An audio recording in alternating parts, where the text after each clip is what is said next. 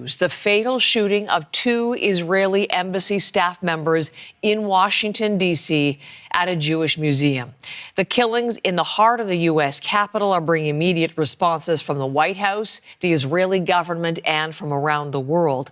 Police say the victims appear to have been targeted. Prior to the shooting, the suspect was observed pacing back and forth outside of the museum. He approached a group of 4 people, produced a handgun, and opened fire, striking both of our decedents. People were starting to leave. About 9:07, 9:08, we heard between 10 to 15 gunshots, roughly. I don't know the exact number. Next thing we know, I did see somebody run in. The security guard happened to let this guy in. I guess they were thinking that he was a victim. And he was covered in rain. He was clearly in trauma. He was in shock. And, some of the people at the event brought him water. They sat him down. Are you okay? Were you shot? What happened? And he's like, somebody call the cops, bring the cops in. That was one of many witnesses to the killings last night. Police say the shootings happened at around 9 o'clock Eastern time, just after that hour, and they have a 30-year-old suspect in custody.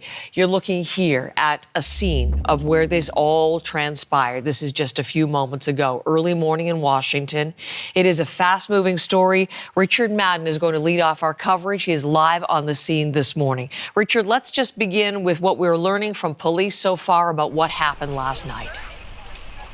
Yeah, good morning, Heather. The story is still unfolding here, and this is the scene of that deadly and horrific shooting that happened last night. The road is blocked off, and there's heavy police presence, as you can imagine, in its aftermath. Now, the White House and Capitol Hill are just a few blocks from here, so that gives you a sense of just how this is in the heart of the district. Now, police say the suspect allegedly approached those 4 people, as you heard that clip just moments ago, saying he walked in, he approached them, and then he began opening fire. Take a listen to an eyewitness who described what happened next.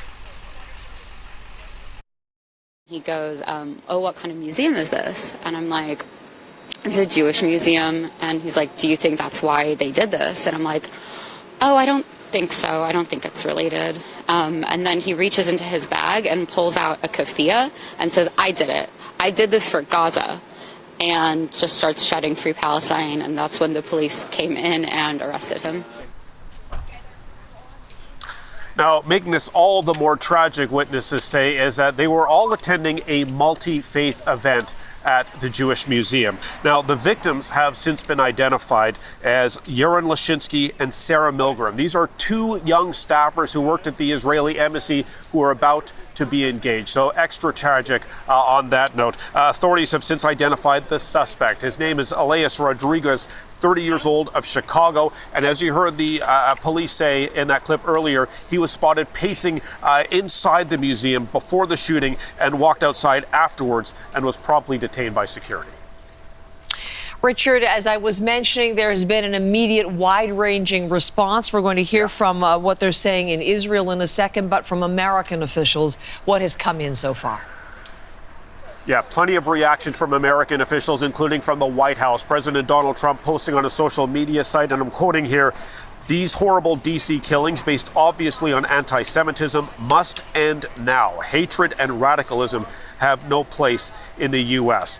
The investigation continues, of course. Take a listen to Attorney General Pam Bondi.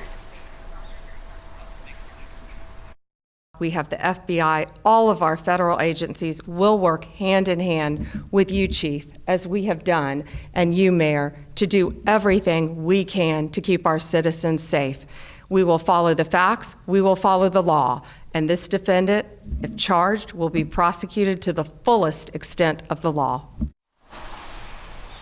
Now, authorities continue to investigate whether the suspect acted alone or as part of a larger group.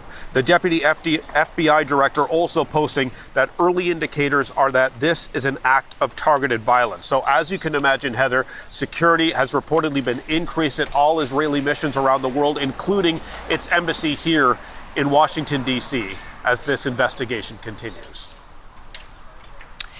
Richard, thank you very much. We're going to be turning to you often through the morning, in position for live coverage right there in Washington. And again, as we look at the scene this morning, the heavy police presence, the ongoing investigation as to what led a shooter to target, as police say, the two young people who were killed fatally when they were shot leaving an event last night.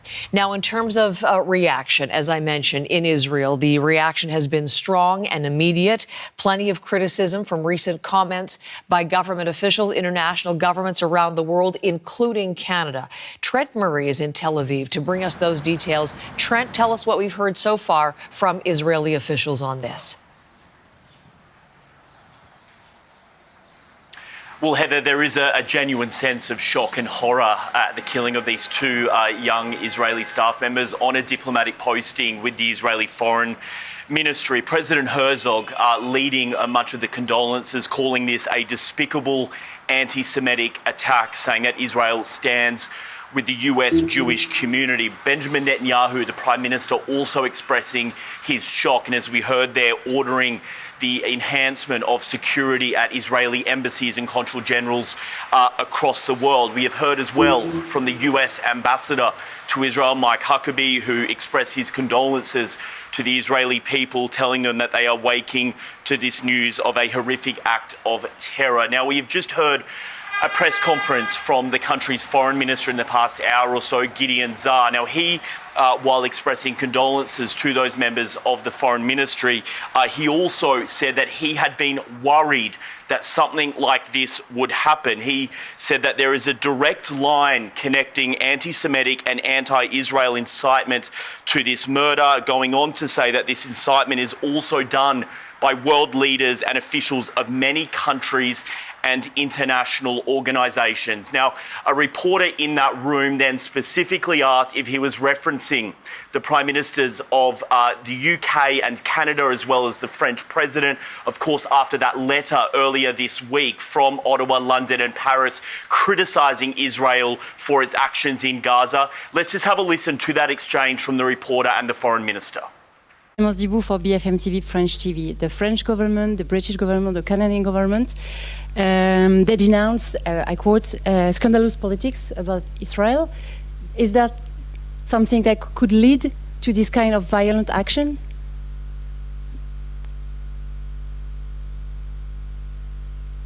I think I said very clear things, so I'm just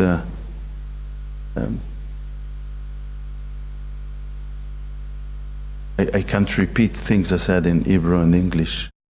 So the foreign minister there not willing to name Canada specifically, but we have had direct criticism from another senior minister, Heather. This is the Minister for Israeli Diaspora Affairs. In a post on X, he has said that French President Emmanuel Macron, British Prime Minister Keir Starmer and Canadian Prime Minister Mark Carney have all in different ways emboldened the forces of terror through their failure to draw moral red lines. He ends by saying this cowardice has a price, and that price has been paid for in Jewish blood. Heather.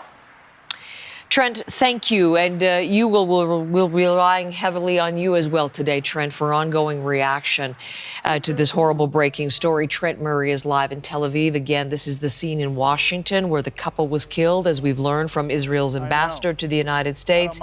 A young couple about to be engaged. We're hearing as well from Germany's new chancellor, Friedrich Merz, that what information he has is that one of the victims was possibly a German citizen. They're the two who are dead this morning. But again, we'll look more into their story and the story as to what happened last night as we continue to bring you breaking coverage of this on CBC Morning Live. And we'll obviously bring reaction from Ottawa to the comments that we've heard from Israeli officials thus far this morning.